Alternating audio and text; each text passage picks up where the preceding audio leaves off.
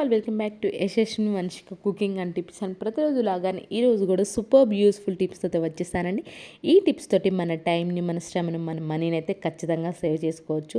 Superb useful టిప్తో వచ్చేసాను కాబట్టి skip చేయకుండా చూడడానికి అయితే ట్రై చేయండి. ఫస్ట్ టిప్ వచ్చేసి ఇలాంటి వాటర్ బాటిల్స్ మనం రెగ్యులర్గా వాడుతూ ఉంటాం కదండి, కానీ దీన్ని అవసరం లేదని చెప్పేసి తాగిన తర్వాత పడేస్తూ ఉంటాం. దీంతో కూడా బోల్డ్ అనే రీయూజ్ టిప్స్ అయితే ఉన్నాయండి మన ఛానల్లో.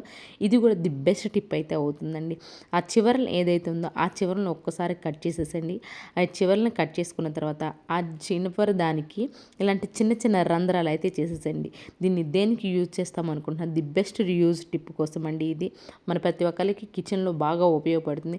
షింకులో ఇలా పెట్టేశారనుకో, ఏదైనా అన్నం మెతుకులు కానివ్వండి, ఏదన్నా అన్నం లాస్ట్లో ఉన్నది పడేస్తూ ఉన్నాం అనుకోండి, ఆ అన్నం మెతుకులని ఈ వాటర్లో పోసినప్పుడు ఆ బాటిల్కి అక్కడే ఉండిపోతుంది. షింక్ బ్లాక్ అనేది లేకుండా ఉంటుంది. కొన్నిసార్లు షింక్ బ్లాకేజ్ ఎక్కువ అవుతూ ఉంటుంది. అలాంటప్పుడు ఈ చిన్న టిప్ని అయితే ట్రై చేయండి, మీకు షింక్ బ్లాక్ అనేది లేకుండానే ఉంటుంది. ఐ హోప్ ఈ టిప్ అయితే నచ్చిందని, నచ్చితే కనుక ప్లీజ్ సబ్స్క్రైబ్ చేసుకోండి. అండ్ నెక్స్ట్ టిప్ వచ్చేసి ఆకుకూరలు మనం తీసుకున్నప్పుడు మళ్ళీ 1 వీక్ వరకు ఫ్రెష్గా ఉండాలంటే ఈ చిన్న టిప్ని అయితే ట్రై చేయండి. మీకు ఖచ్చితంగా 1 వీక్ వరకు ఫ్రెష్గా ఉంటుంది. ఇప్పుడే తీసుకొచ్చిందేమో అన్నట్లు ఉంటుంది.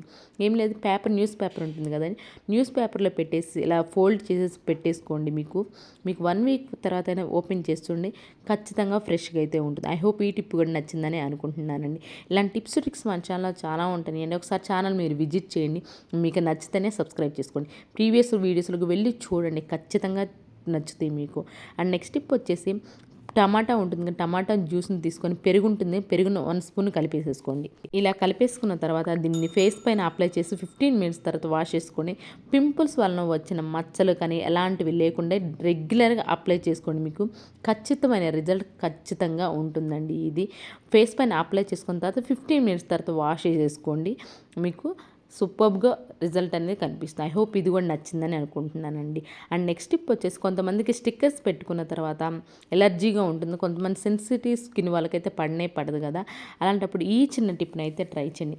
మీరు స్టిక్కర్స్ పెట్టుకునే ఒక 15 మినిట్స్ ముందు పాలపైన మీగడ ఉంటుంది కదా, పాలపైన మీగడని మీరు స్టిక్కర్ ఏ ప్లేస్లో పెట్టుకోవాలి, మన స్టిక్కర్ ప్లేస్ ఉంటుంది కదా, ఆ స్టిక్కర్ ప్లేస్ 15 మినిట్స్ ఒక్కసారి ఇలా రబ్ చేసేసారనుకోండి, ఈ పాలపైన మీగడ ఎక్కువ మాయిశ్చరైజర్గా ఉంటుంది కాబట్టి ఆ స్టిక్కర్కి వచ్చిన గమ్ కూడా ఎక్కువ స్కిన్కి అంటుకోకుండా ఉంటుంది. At the same time allergy అనేది రాకుండా ఉంటుంది. ఐ హోప్ ఇది కూడా నచ్చిందని అనుకుంటున్నాను. నచ్చితే కనుక మీ ఫ్రెండ్స్ అండ్ ఫ్యామిలీకి షేర్ చేయడం అసలు మర్చిపోకండి. అండ్ ఫస్ట్ టైం ఎవరైనా చూసినైతే ప్లీజ్ సబ్స్క్రైబ్ చేసుకోండి. అండ్ మన సబ్స్క్రైబర్స్ అందరూ అయితే ఒక లైక్ అయితే ఇచ్చేసేయండి. నెక్స్ట్ టిప్ వచ్చేసి బ్రెజిల్స్. కొన్నిసార్లు ఏమవుతుంది, బ్రష్లు కొత్తవి తీసుకొచ్చామనుకోండి, ఆ బ్రెజిల్స్ అనేవి ఏమైతే కొంచెం హార్ష్గా ఉంటాయి కదా, పిల్లలు రుద్దుకోవాలన్నా కూడా మనకు కొంచెం నొప్పిగా ఉంటుందంట. చిన్నపిల్లలు సెన్సిటివ్గా ఉంటారు కాబట్టి అలాంటప్పుడు ఈ చిన్న టిప్ని అయితే ట్రై చేయండి. మీకు కొత్త బ్రష్లు అయినా సరే ఆ బ్రజిల్స్ అనేవి సాఫ్ట్గా అయితే ఉంటాయి. ఇలాంటి టిప్స్ కోసం ప్లీజ్ సబ్స్క్రైబ్ చేసుకోవడం అసలు మర్చిపోకండి. మీకు ఏది బాగా నచ్చుతుంది అనేది నా కమెంట్ బాక్స్లో కమెంట్ చేయండి. మీకు యూస్ఫుల్గా అనిపిస్తే మాత్రం, ఏ ఒక్కటి యూస్ఫుల్గా అనిపించినా మాత్రం ప్లీజ్ సబ్స్క్రైబ్ చేసుకోండి. అండ్ లైక్ ఇవ్వడం అసలు మర్చిపోకండి. వేడి నీళ్ళు ఒక 10 నిమిషాల్లో ఉంచామండి. గోరువెచ్చని నీళ్ళు ఏదైతే తీసుకొని ఈ బ్రష్లు ఏదైతే ఉన్నాయో పిల్లల బ్రష్లు, వీటిని ఒక 5 మినిట్స్ అలా వేడి నీళ్ళలో ఉంచామనుకోండి, కొత్త బ్రష్లు తీసుకొచ్చినప్పుడు ఇలా 5 నిమిషాల నుంచి ఆ బ్రజిల్స్ అనేవి సాఫ్ట్గా ఉంటాయి. పిల్లలు రుద్దుకున్నా కానివ్వండి సెన్సిటివ్గా ఉంటుంది, వాళ్ళకి ఎలాంటి నొప్పి కూడా లేకుండా ఉంటుంది. అండ్ నెక్స్ట్ టిప్ వచ్చేసి మనం దువ్వెన ఉంటుంది కదా, పాత దువ్వెన ఏదైనా దువ్వెన ఉంటే దువ్వెన తీసుకొని దానికి ఇలాంటివి స్టీల్ స్క్రబ్బర్ ఉంటుంది కదా, ఈ స్టీల్ స్క్రబ్బర్ని పెట్టేసేసుకోండి. దీన్ని దేనికి ఉపయోగిస్తాం అనుకున్నారో చూపిస్తానండి. దీనికి ఈ ఎడ్జులు ఉంటాయి, ఎడ్జుల్లో చూడండి చాలా మనకి కనిపించిన మురికి అయితే ఉంటుంది.